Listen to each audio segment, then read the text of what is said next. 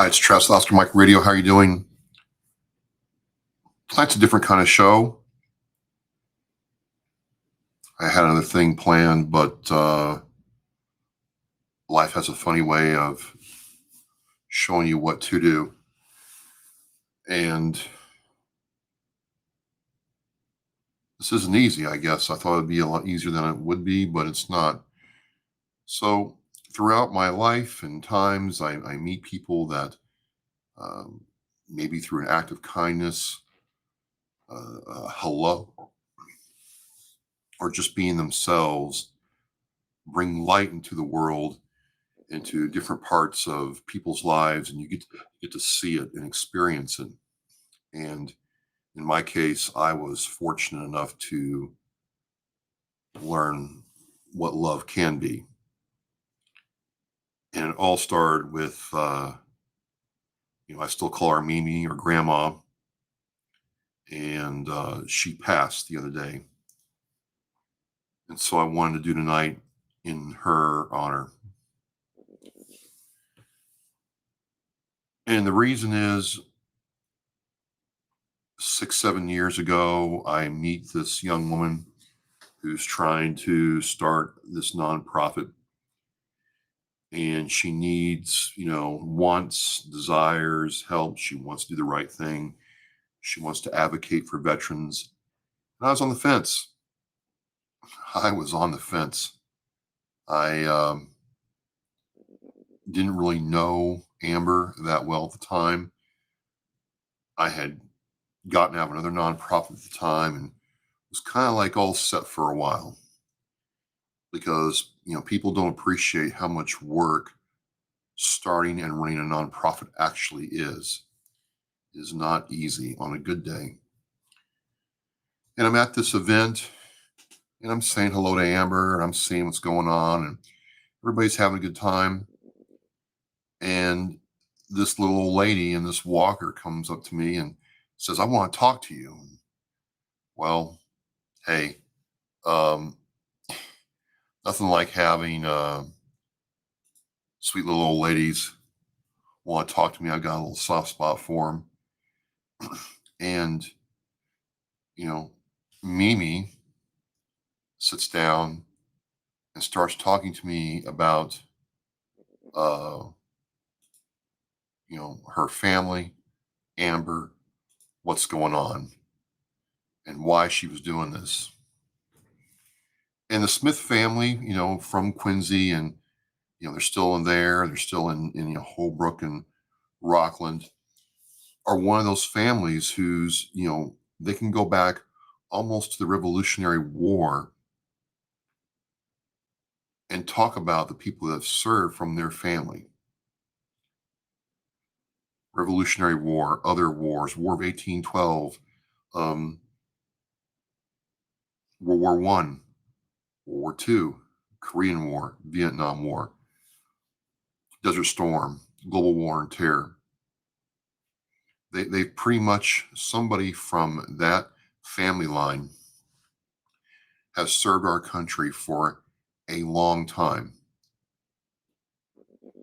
And she talked about what her husband had gone through,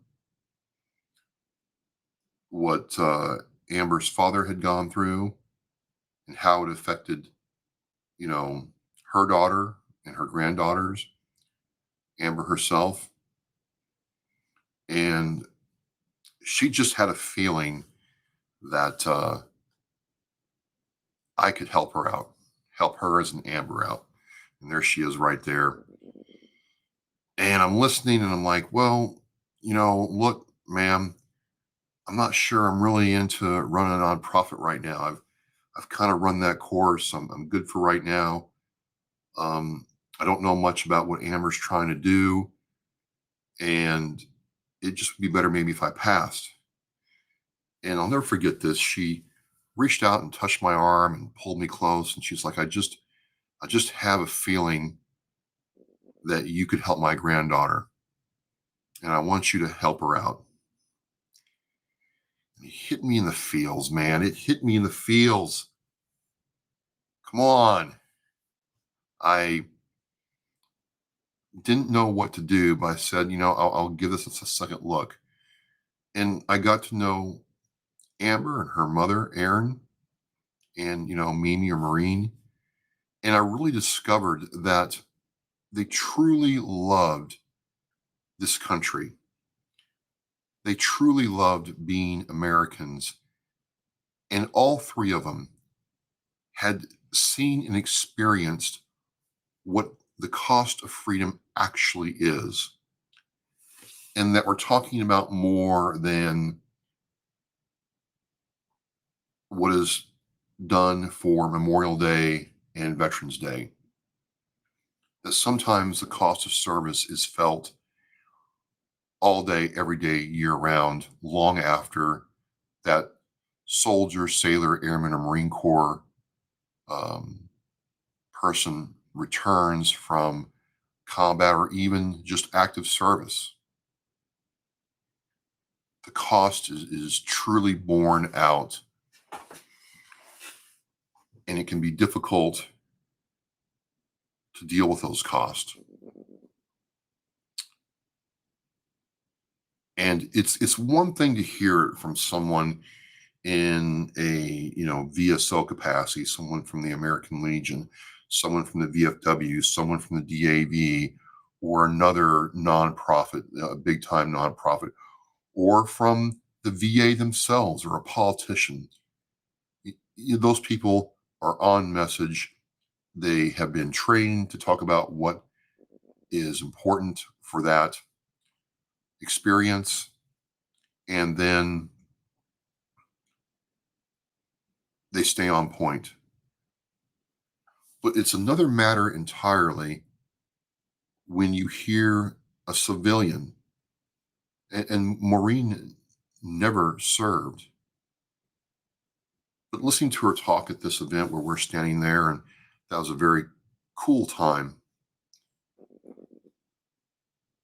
she articulated the veteran experience better than most people I know, in a way that really communicated that, hey, I have been there, I have seen this, I understand what happens when someone's going through a PTSD situation. I understand what happens when that person can't get help quickly. I understand how a dog at the right place and right time could save their lives. Save their lives. And it really had a profound effect on me. And I just spent the next hour talking with her, asking her what it was like to grow up in Quincy, asking what the Vietnam War was like, asking what it was like seeing her husband and her son come back home, you know, asking what it was like raising Amber, or being a grandma to Amber. And for those of you who don't know, Amber is the founder and executive director of I Got Your 62 Lives at Once. I'll have the link in the chat here in a second.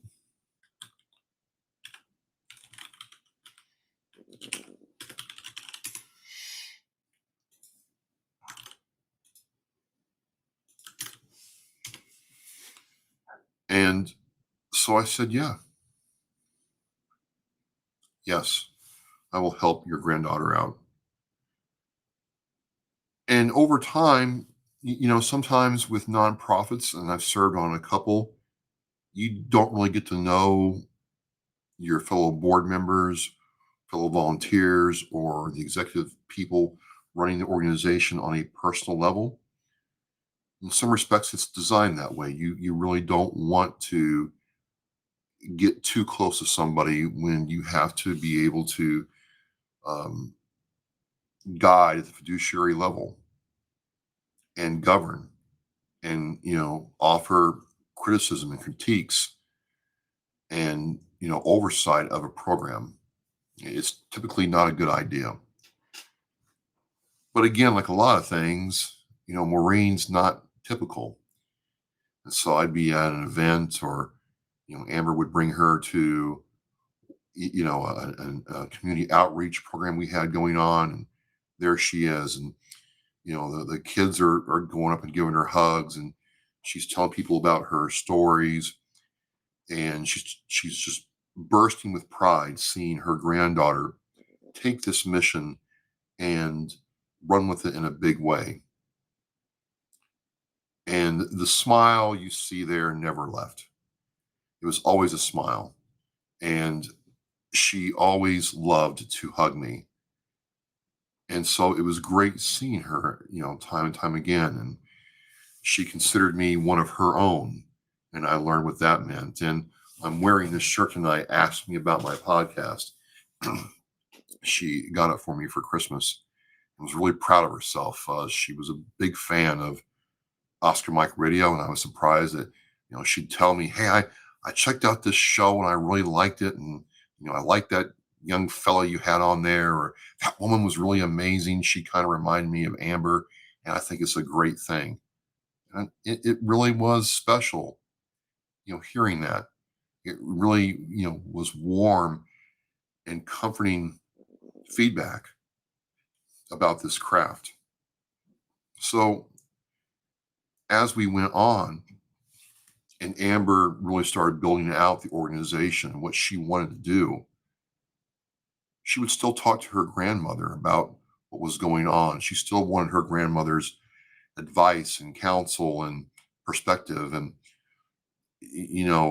Mimi would tell her, the veteran must come first in everything you do. Yes, the money is important.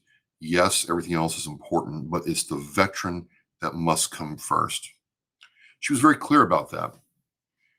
And usually with nonprofits, they say that, but it's the money that comes first. It's the fundraisers that come first. It's the people that can write big checks that come first. Not so much the root cause. After a while, it's about getting more engagement, more this, more that, more subscribers, more followers on the email list. But Miriam's quite clear that the veteran must always come first. And I'm pleased to say that in that regard, this organization, Amber, has never shied away from that. Every nonprofit goes through, identity crises as they get bigger or as they grow or as they mature. But the focus of I Got Your 6'2" Lives at Once has been the veteran and the veteran experience when it comes to receiving the dogs being trained for the purpose of saving that veteran's life. And in that regard, I'm pleased to tell you that Amber has honored her grandmother's wishes in that regard. And the veteran truly does come first. And I thought about it. You can go to any, Facebook group or chat GTP, or there's hundreds of nonprofit websites that will tell you how to supercharge your nonprofit, or how to do this or how to do that. But in this case, it was simply always remember the veteran comes first. The veteran comes first. And I think not just for veteran nonprofits, but for other nonprofits, if they kept that in mind and never lost that part of what they do, I think we'd have more effective advocacy in the nonprofit world, certainly in the veteran nonprofit world, where things can get murky. You're trying to deal with personalities. You're trying to keep current. You're trying to understand how things are changing. Laws change, regulations change. The fact that we are not in a combat conflict setting right now changes conversations. But at the end of the day, Maureen was right. It's the veteran that comes first, because she's seen it. She's seen it. She's lived it. And she was extremely proud of the work Amber was doing to do her part. And for me, again, full disclosure, my grandmothers have passed on. My grandmother passed in 2019. I got to see her one more time, and I miss her. I'm still that little boy in Wisconsin, getting homemade oatmeal raisin cookies from grandma. Nothing like it. And so Miriam, in her own way, kind of adopted me, and you know, I called her grandma. I certainly did, and was certainly happy to do that. I can't imagine, Amber and the rest of your family, the loss you must be feeling right now, because she was active, she was warm and engaging, and just a bright light wherever she was in the room, and you could tell the grandkids and great grandkids absolutely loved, loved Mimi. And so I can't imagine the hole that is there in your hearts and the pain that you must be feeling right now. And I just wanted to make this live and turn into a podcast to make sure that in my own little way that she is not forgotten, and that we always remember her. And in her own way, she's a part of what I do here with Oscar Mike Radio. And certainly, if you look at what Amber has done with I Got Your 62 Lives at Once, her grandmother is woven into the fabric of everything she does. I can't, again, I can't um, imagine the pain you all must feel. I hope these words find their way into your heart as a source of comfort during this time. And I want you to know, as far as I'm concerned, she will never be forgotten, even as she is sorely missed. Sorely missed. The events, the times together will not be the same. And it's sad, but I also know she's in a better place. And I just want to thank you for the time that we had together. And I'll see you again soon someday. So again, this is a different kind of show, different kind of episode, different kind of podcast. A lot of good's going on, but I did want to make this a memorable thing for me, for the family, for Amber, and those who've been touched by Maureen Smith's life. We're mission in flight.